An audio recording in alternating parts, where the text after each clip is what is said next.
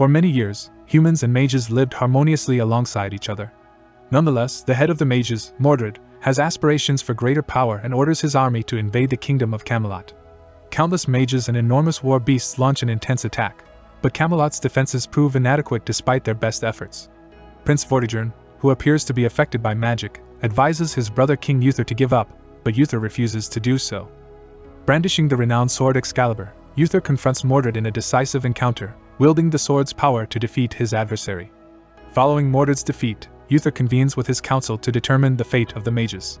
Sir Bedivere and Sir William advocate for the mages, arguing that they are not inherently malevolent, and that Mordred's leadership was the root of the problem, now that he has been vanquished. Ironically, it was the mage Merlin who bestowed the sword upon Uther, and Vortigern himself had previously studied under the mages. Uther is persuaded by the council's reasoning and decides to renounce any hostility towards the mages, although Vortigern disagrees with this decision. In the dead of night, Vortigern orders his men to prepare and leads his wife to a concealed subterranean chamber within the castle, where he intends to offer her as a sacrifice to the moat hags in return for greater power. While Vortigern's soldiers begin seizing control of the castle, Uther urgently awakens his wife and young son Arthur, and leads them towards the docks in a bid to escape. Tragically, a demonic knight intercepts them and slays Uther and his wife, leaving the infant Arthur to drift away on a boat carried by the current until it reaches Londinium. The vessel is eventually discovered by Lucy and her companions, who work as prostitutes, and Arthur grows up believing that he is the illegitimate child of one of the women, all the while Vortigern seizes the throne. Due to being bullied by his peers in the neighborhood, Arthur solicits the aid of a kung fu master named George to instruct him in self-defense. Through his lessons, Arthur acquires streetwise skills, enabling him to protect the prostitutes from violent clients, as well as embroiling himself in the local criminal underworld. He saves his earnings in a concealed location on the wall. When he reaches adulthood, Arthur assumes the position of the neighborhood's crime lord. Nonetheless, he continues to be tormented by nightmares of the demon knight and the dying woman on the docks. Meanwhile, Vortigern maintains his tyrannical reign over the kingdom and devotes the majority of his resources towards erecting a colossal tower. One morning, he becomes aware that the water surrounding the castle has receded, unveiling the location of Excalibur, lodged within a rock. Although the soldiers are vying for the legendary sword, nobody can extract it. Fearing the repercussions, Vortigern reacquaints himself with the moat hags and reminds them of the loved one he sacrificed in exchange for power, arguing that there should be no obstacles impeding his ambitions.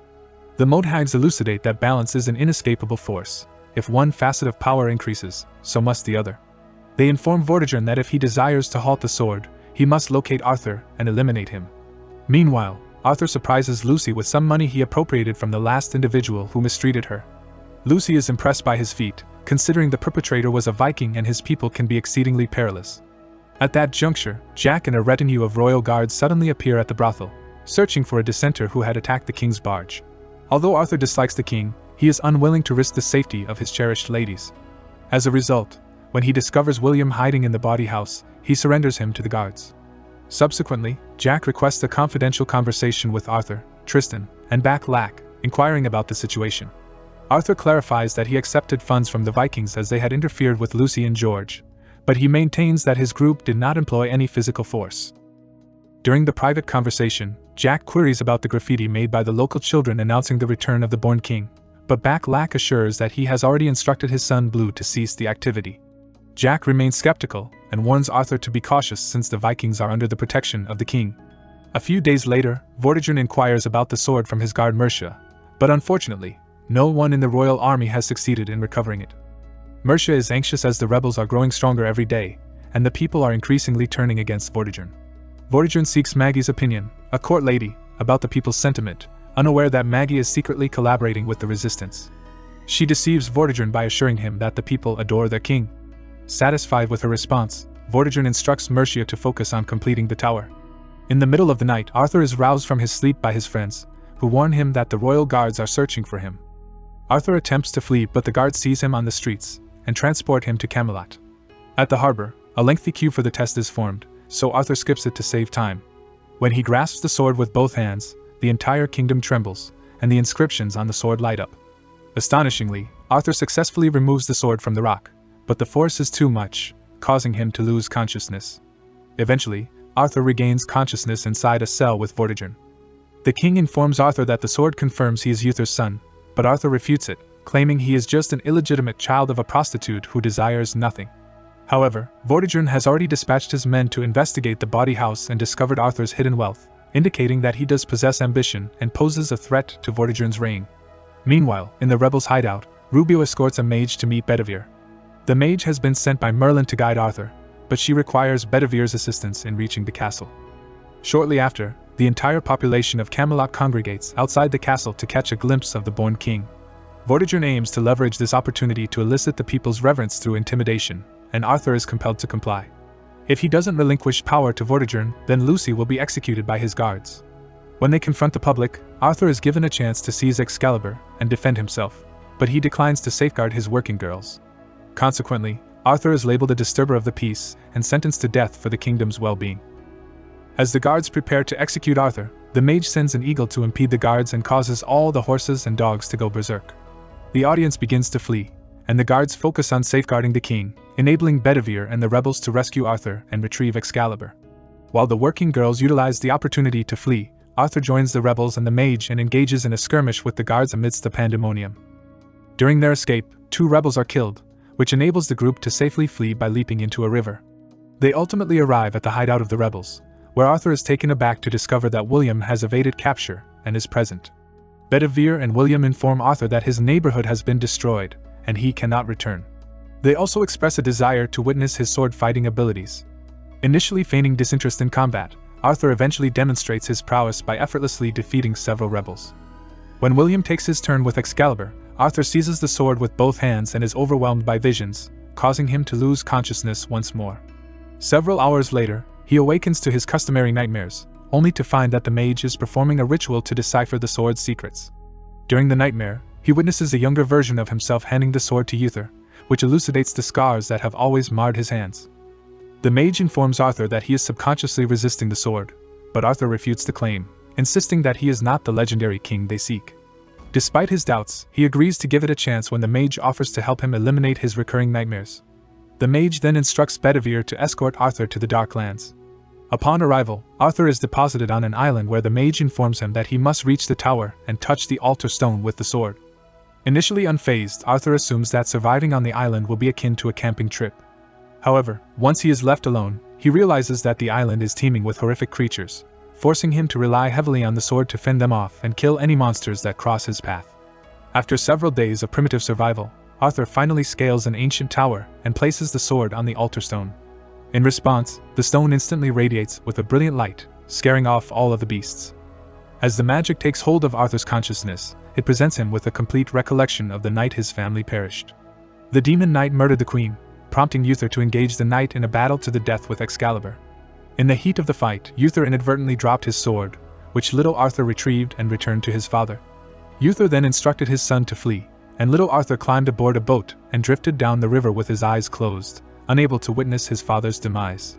Excalibur plunged into Uther's back, turning him into the stone that sank with the sword into the water. As the demon knight removes his enchanted veil, he discloses his true identity to be Vortigern, who had deliberately orchestrated the entire tragedy. Overwhelmed by the vision, Arthur loses consciousness and must be rescued by Bedivere and the mage.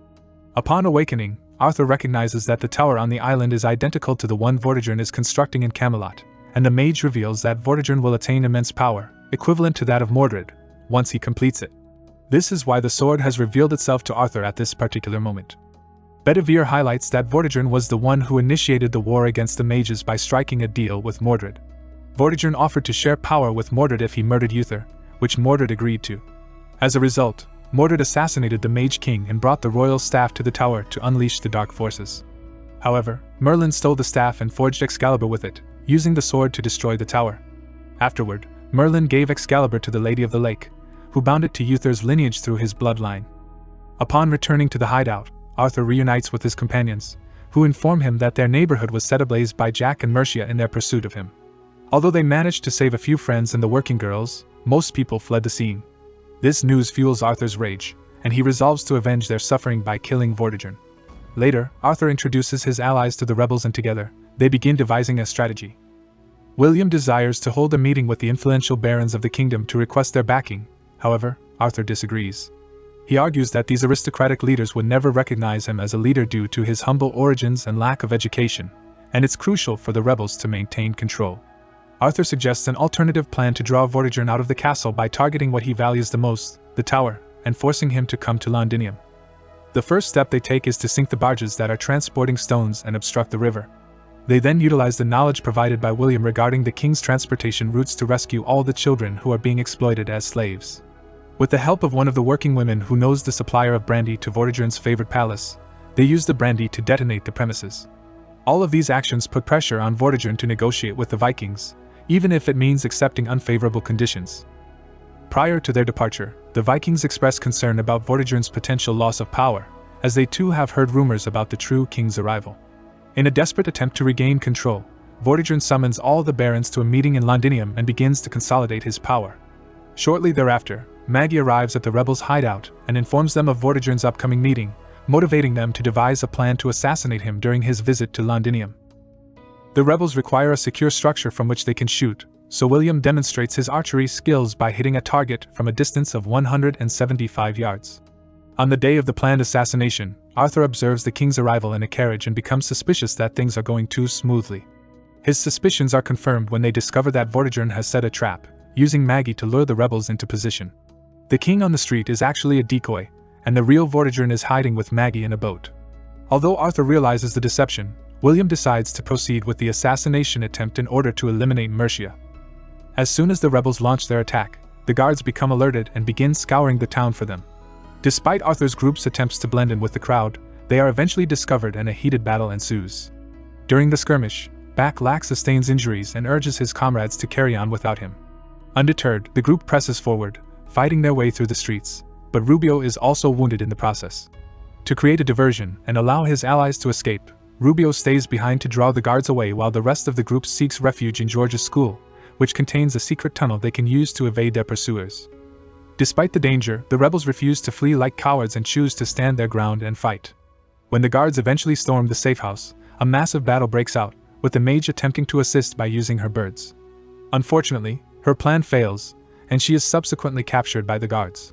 Arthur becomes enraged by her capture and wields Excalibur with both hands, single-handedly defeating the entire army in a matter of seconds. This show of power is witnessed by onlookers through their windows.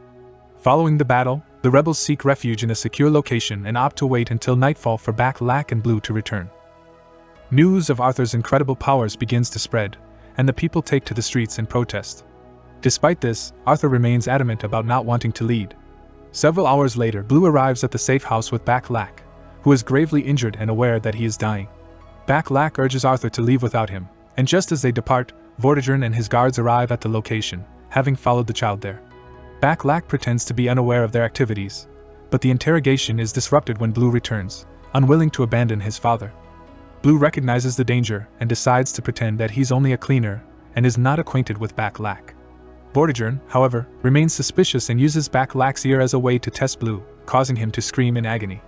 When Arthur returns, he takes a guard hostage to coerce Vortigern, who then decides to kill Back. Arthur uses this distraction to his advantage and seizes Blue, allowing them to flee to the boats and escape from Vortigern's clutches. The rebels can finally make their escape in safety. Following the incident, Vortigern commands his guards to apprehend or eliminate anyone who is attempting to stage a rebellion on the streets. Upon their return to the hideout, Arthur reflects on the numerous lives that were sacrificed on his behalf, prompting him to toss the sword into the lake and flee. Subsequently, the Lady of the Lake retrieves the sword, and when Arthur stumbles into the mud, she seizes him and takes him to her hideout to demonstrate the horrors that Vortigern will inflict if he is not halted. Arthur witnesses a vision of a devastated Camelot that has been ravaged by Vortigern's viciousness, and eventually comes to terms with his destiny to wield the sword. Just before releasing the sword, the lady cautions Arthur that he must confront Vortigern in the tower and place his faith in the mage. When the rebels locate Arthur, he is roaring with the strength of the luminous sword. Meanwhile, Vortigern apprehends Rubio and inflicts harm upon him until he discloses vital information. Shortly after, Arthur is informed that rebellions are erupting throughout the nation in his honor. Arthur proclaims that he is prepared to launch an assault on the castle and seize control, prompting the rebels to return to their hideout and prepare for battle. Regrettably, they encounter a massacre upon their arrival, along with a royal guard who bears a message from Vortigern. Arthur must arrive at the castle before nightfall, or else they will execute Blue and the mage. Bedivere volunteers to travel to the castle to confirm whether the hostages are still alive. Vortigern agrees to trade Excalibur for the mage, and agrees to wait until the morning for Arthur's arrival. Once the mage reunites with the rebels, she determines that it is time to awaken the power within Arthur. She summons a serpent that bites Arthur's neck, allowing him to perceive all of the magical creatures that are concealed in nature. The mage also assures him that the venom will protect him later on. Several hours later, Arthur reaches the castle as the mage dispatches an eagle to deliver a snake inside. As Arthur is led to meet the king, Vortigern prepares to slay his nephew. However, he catches sight of the snake perched on a pillar and proceeds to kill it. Inadvertently, Vortigern impales the sword in the stone, rendering it immovable. Meanwhile, the mage dispatches a colossal serpent into the castle, which massacres all of the guards while Arthur reclaims Excalibur. In the streets, the rebels liberate all of the prisoners, encouraging them to reignite the rebellions. Vortigern yearns for greater power, and the hags caution him about the dire consequences. Faced with no other option, Vortigern seeks out his daughter and murders her, lamenting his actions.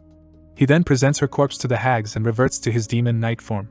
Meanwhile, outside the castle, Arthur combats any guards that obstruct his path, effortlessly defeating them with the might of his sword. The guards are so intimidated that they relinquish their weapons and allow him to advance. As the rebels storm the castle, Arthur penetrates the tower, and Excalibur reacts to the magic within. Arthur is transported to the tower's peak, where he confronts Vortigern in an intense combat. Due to Vortigern's heightened strength from sacrificing someone, Arthur is quickly defeated. As Vortigern claims the sword as his own, Arthur's body reacts to the poison, causing him to have a final hallucination. In this vision, Arthur witnesses Uther's death without averting his gaze and seizes the sword before it plunges into his father's corpse. After Uther declares the sword belongs to Arthur, he awakens to find Excalibur radiating with energy. With newfound mastery over the sword's abilities, Arthur engages Vortigern once again, striking him relentlessly. Arthur makes a poignant statement, pointing out that Vortigern's actions drove him to his impoverished existence, which ironically led to his rise to power. To emphasize his point, Arthur even kisses Vortigern's hand before delivering the final blow that ends his life. Activating Excalibur's enchantment, Arthur causes the tower to crumble to the ground. The following day, the kingdom pays their respects to the fallen soldiers of the war. Subsequently, Arthur presents his team with the round table he has chosen for their gatherings and requests Bedivere to bestow knighthood upon his comrades. William, the monarch himself, then confers knighthood upon Arthur, officially naming him the king. Later, the Vikings arrive and demand their share of the agreement, threatening war if their request is not met. Arthur is undaunted and asserts his authority, causing the Vikings to kneel and acknowledge him as the new King of England and an ally. As the day comes to a close, Bedivere crowns Arthur in front of a large gathering, and Arthur raises his sword, pledging to safeguard his people.